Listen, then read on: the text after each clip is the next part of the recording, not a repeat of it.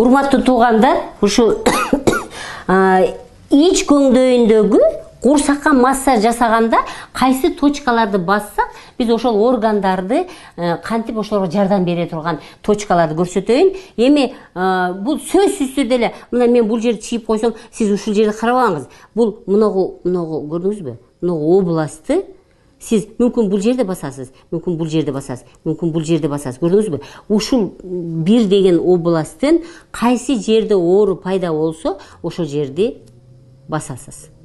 Мына экинчи точка. Обязательно бул жерде баспайсыз. Мүмкүн сиздин ооруңуз мынагу жерде. А мүмкүн экинин бул жагында. Көрдүңүздөрбү? Мына кандайдыр бир мына алакандай жерди ушул туштагы ооруну табышыңыз керек. Басканда ушул жер, ушул алакандай жердеги оору, ушул алакандай жердеги ооруну сиз табышыңыз керек. Мынакей биринчи точка, экинчи точка, үчүнчү точка, төртүнчү точка, бешинчи точка, 6, 7, 8, 9. Сиз сөзсүз түрдө бул жерде баса бербеңиз. Мына алакандай жердеги ооруну табасыз. Алакандай жердеги ооруну табасыз. Көрдүңүзбү? Алакандай жердеги ооруну табасыз.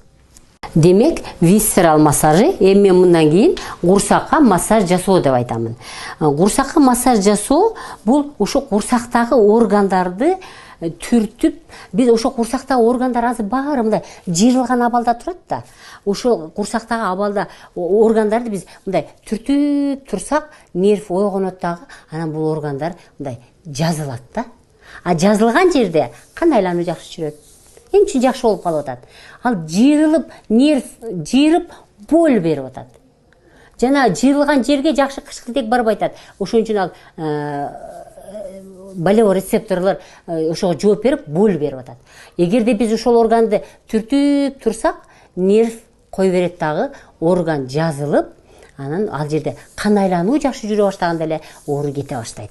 Демек, курсакка массаж жасоону эмнеден баштайбыз? Курсакка массаж жасоону биз киндиктен 2 эл жогору, 2 эл оң жака, мына өкөнүн кесилишкен точкасынын тушу, мына ушул тушта өт 12 эл ичегиге куюп берген точкасы болот. Ушул 12 эл ичеге куюп берген точка жабылып калган үчүн өт жакшы куйбай калат. Биз стресс болгондо ушул жер жабылып калат. Демек, биздин эң биринчи точкабыз, курсактагы ача турган жолубуз бул ушул өттүн 12 эл ичеге куюп берген жери болуп саналат. Демек, биз бул жерди кааласак, мынеми адам эч ким жок болсо өзүн өзү жасайт, же бирөө жасап берсин. Бирөө жасаганда кааласа бармак менен мына бош жатабыз. Бош жатабыз. Так. Оору барбы жокпу? Жок. Бош жатабыз. Бош. Мына.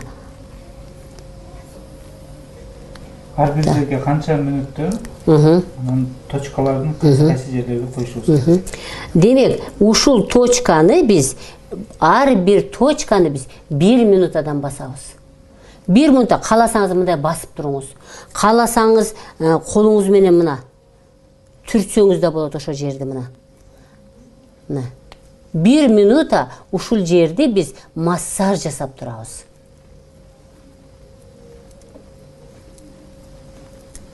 Андан кийин оң кабырганын астында боор жана боордон келген түтүкчөлөр, өттүн түтүкчөсү.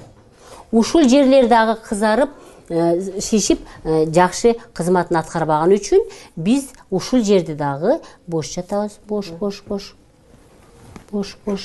Так, ушул жерди дагы мына кааласак басып турабыз. Кааласак массаж кылсак болот. Азыр бул биздин каарман болгону бир аз кытыгы бар окшойт. Булчуңдары менен мага органга жеткенге неме бербейт эт возможность.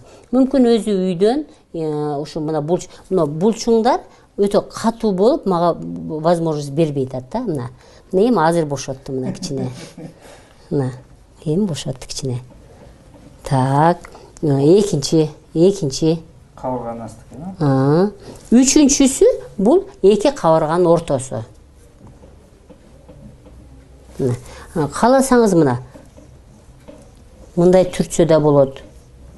Кааласа басып турса да болот. Кемде 1 мүнөт басып турса. 1 мүнөт басып турса да болот.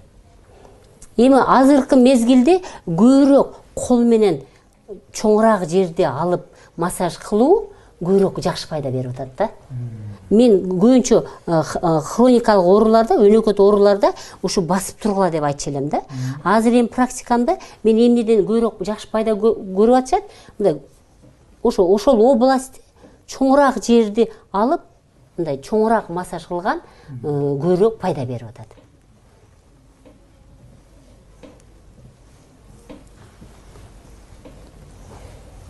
Так, кийинки мына караңыздар, бул биринчи өттүн куюп берген точкасы. Бул болсо боор менен боордон келген түтүкчөнүн точкасы. А бул болсо эки кабырганын ортосу, бул хилиозный цистернанын. Ошо денедеги бүт без тамырлар келип, ушул жерден чогулуп могу жердеги акырек жанындагы венага өткөрүп берген ушу цистерналардын башталышы мына ушул жер болот да. Бул ушу 3-чү точка. А бул точка болсо, бул жоон ичегинин точкасы. Жоон ичегинин точкасы. Бул дагы жоон ичегинин точкасы. Бул ички ичегинин жоон ичегиге өткөрүп берген орну болот, орду болот ушул жер.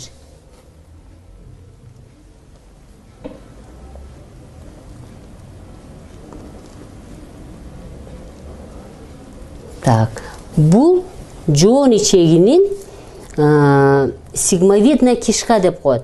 Ошо сигмовидная кишканын точкасы бул.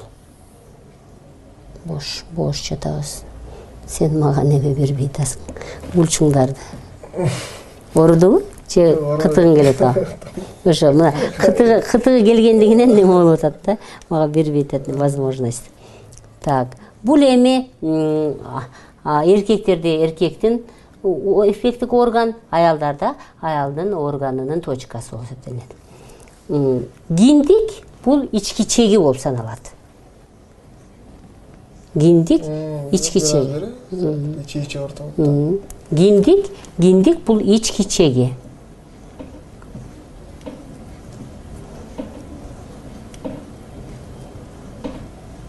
Демек, ар бир точканы жазып алып, ошол 1, 2, 3, 9га чейин. А бул точка болсо уйку безинин точкасы. Демек, биз ар бир органды 1 минутадан 1,5 минутага чейин. 1,5 минутка чейин деле басып турсаңыздар болот. 1 минутадан 1,5 минутага чейин органдарды биз түртүп турушубуз керек.